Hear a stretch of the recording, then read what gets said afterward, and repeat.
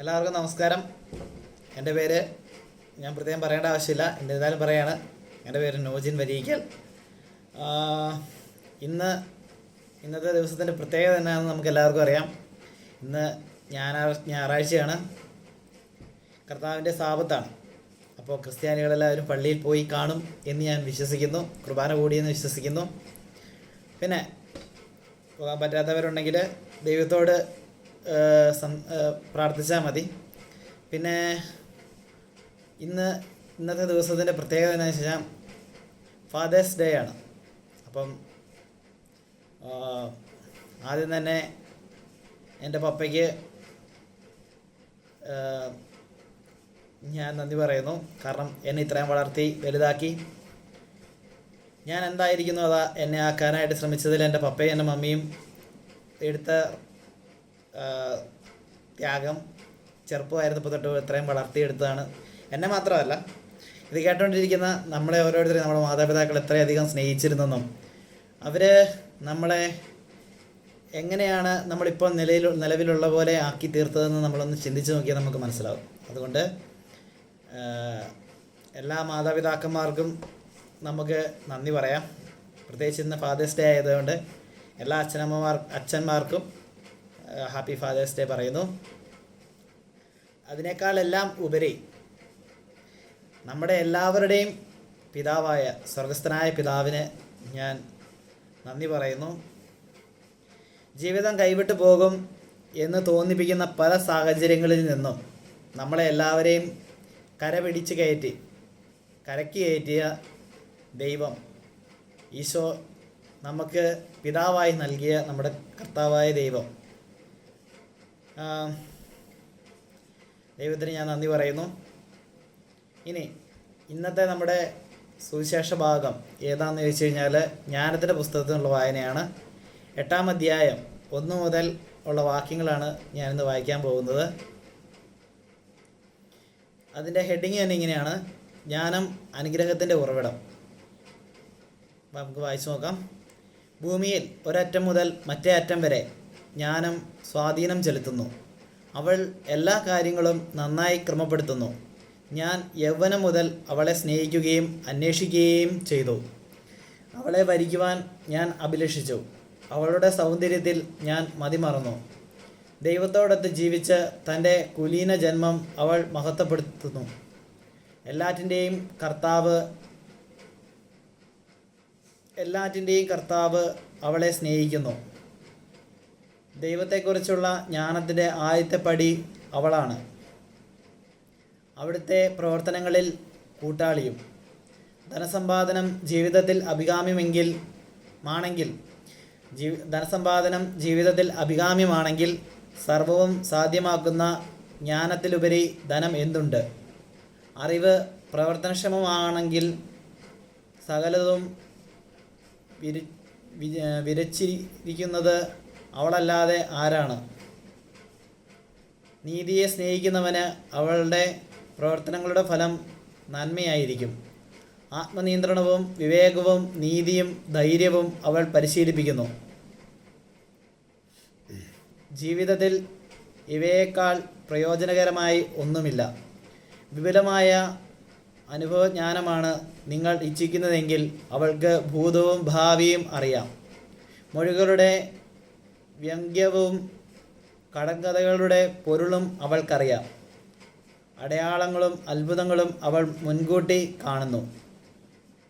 കാലങ്ങളുടെയും ഋതുക്കളുടെയും ഫലം അവൾക്കറിയാം. നമ്മളിന്ന് വായിച്ച വചനം ഏറെ അർത്ഥവത്താണെന്ന് നമുക്ക് കേൾക്കുമ്പോൾ തന്നെ മനസ്സിലാവും. നമ്മൾ ധനത്തിൻ്റെ പുറകെ ഓടുന്നതിന് പകരം ജ്ഞാനത്തെ സ്നേഹിക്കുകയും ദൈവത്തോട് ജ്ഞാനം തരാൻ വേണ്ടി പ്രാർത്ഥിക്കുകയും ചെയ്തു കഴിഞ്ഞാൽ അനുഭവജ്ഞാനം അത് വളരെ ഇമ്പോർട്ടൻ്റ് ആണ്. നമ്മൾ ജീവിക്കുന്ന ഈ ലോകത്തിൽ അനുഭവജ്ഞാനം കൂടുതൽ ഉണ്ടെങ്കിൽ നമുക്ക് ഈസിയായിട്ട് ഓരോ പ്രതിസന്ധികളെയും തരണം ചെയ്യാനായിട്ട് സാധിക്കും. എല്ലാവർക്കും ഒരേപോലത്തെ സാഹചര്യങ്ങളായിരിക്കില്ല, ജീവിത സാഹചര്യങ്ങളായിരിക്കില്ല ഉണ്ടാകുക. പലർക്കും പല രീതിയിലായിരിക്കാം. ചിലർ സമ്പന്ന കുടുംബത്തിൽ വന്ന് പിറക്കും, ചിലർ കുറച്ച് കഷ്ടപ്പാടുള്ള ജീവിതത്തിൽ വന്ന് പിറക്കും. അവരെല്ലാം ജീവിച്ചു വരുന്ന വേറെ വേറെ സാഹചര്യത്തിലൂടെയാണ്. പക്ഷേ എന്നിരുന്നാലും ജ്ഞാനസമ്പാദനം എല്ലാവർക്കും ഒരേപോലെയാണ്. ദൈവം പല രീതിയിൽ ജ്ഞാനം നമുക്ക് സമ്പാദിക്കാം. ദൈവത്തോടുള്ള പ്രാർത്ഥന വഴി ദൈവത്തോട് പ്രാർത്ഥിക്കുക, ദൈവമേ എനിക്ക് ജ്ഞാനം നൽകണമേ. പുസ്തകങ്ങൾ വായിക്കുക, യാത്രകൾ ചെയ്യുക.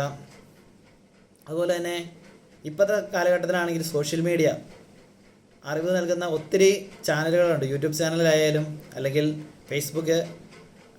ആവശ്യമില്ലാത്ത വീഡിയോസ് കാണുന്നതിന് പകരം അറിവ് നൽകുന്ന വീഡിയോസ് കണ്ടു കഴിഞ്ഞാൽ നമുക്ക് ജ്ഞാനം ലഭിക്കും. അതുകൊണ്ട് എൻ്റെ പ്രിയപ്പെട്ട സുഹൃത്തുക്കളോട് ഞാൻ പറയുകയാണ്, ദൈവത്തോട് നമുക്ക് എല്ലാവർക്കും ഒരുമിച്ച് പ്രാർത്ഥിക്കാം. പിതാവായ ദൈവത്തോട് നമുക്ക് ഒരുമിച്ച് പ്രാർത്ഥിക്കാം. ജ്ഞാനം നൽകണമേ എന്നും അനുഭവജ്ഞാനം നൽകണമേ എന്നും. അനുഭവജ്ഞാനത്തിൻ്റെ പ്രത്യേകത എന്നാന്ന് വെച്ച് കഴിഞ്ഞാൽ സങ്കടങ്ങൾ ചിലപ്പോൾ നൽകിയേക്കാം, പക്ഷേ അത് നമ്മൾ തളർന്നു പോകാനല്ല, അതിൽ നിന്നും കുറേ കാര്യങ്ങൾ പഠിക്കാനും ജീവിതം മുൻകൂട്ടി കാണാനും അത് മനസ്സിലാക്കാനും, അതായത് നമ്മുടെ നടക്കാൻ പോകുന്ന കാര്യങ്ങൾ, അതായത് ഭാവി കാര്യങ്ങൾ പ്രവചിക്കാനൊക്കെയുള്ള കഴിവ് കിട്ടുക എന്ന് പറയുന്നത് ചില്ലറ കാര്യമല്ല. അതുകൊണ്ട് നമുക്ക് പിതാവായ ദൈവത്തോട് ജ്ഞാനത്തിന് വേണ്ടി അപേക്ഷിക്കാം. ഒരിക്കലും പിശാചിൻ്റെയോ അല്ലെങ്കിൽ പിശാചിൻ്റെ വഴികളിലൂടെയോ അല്ലെങ്കിൽ അങ്ങനത്തെ സാഹചര്യങ്ങളിലൂടെ കടന്നു പോകാതിരിക്കാനായിട്ട് നമുക്ക് എല്ലാവർക്കും ശ്രമിക്കാം. അത് ഒരിക്കലും നിലനിൽക്കുന്നതല്ല, അത് നമ്മളെ തകർക്കുകയേ ഉള്ളൂ. എപ്പം ഏത് സാഹചര്യത്തിൽ ഏത് സങ്കട സ്ഥിതിയിലൂടെ പോയാലും ദൈവത്തെ വിട്ടൊരു കളിയില്ല എന്ന് തന്നെ നമുക്ക് എല്ലാവർക്കും ഉറപ്പായ തീരുമാനമെടുക്കാം.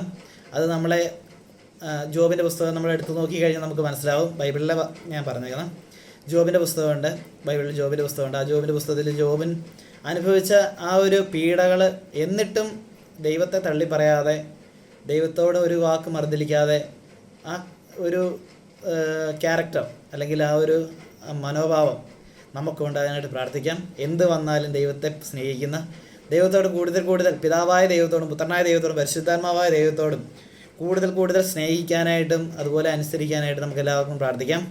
ഞാനിത് പറയുമ്പോൾ ഇത് ക്രിസ്ത്യാനികൾക്ക് വേണ്ടി മാത്രമുള്ളതല്ലേ എന്നുള്ള ചിന്തയൊന്നും വേണ്ട. കാരണം ഞാനിപ്പോൾ ക്രിസ്ത്യൻ കുടുംബത്തിൽ വന്ന് പറഞ്ഞതുകൊണ്ടാണ് ഞാൻ ക്രിസ്ത്യാനിയായത്.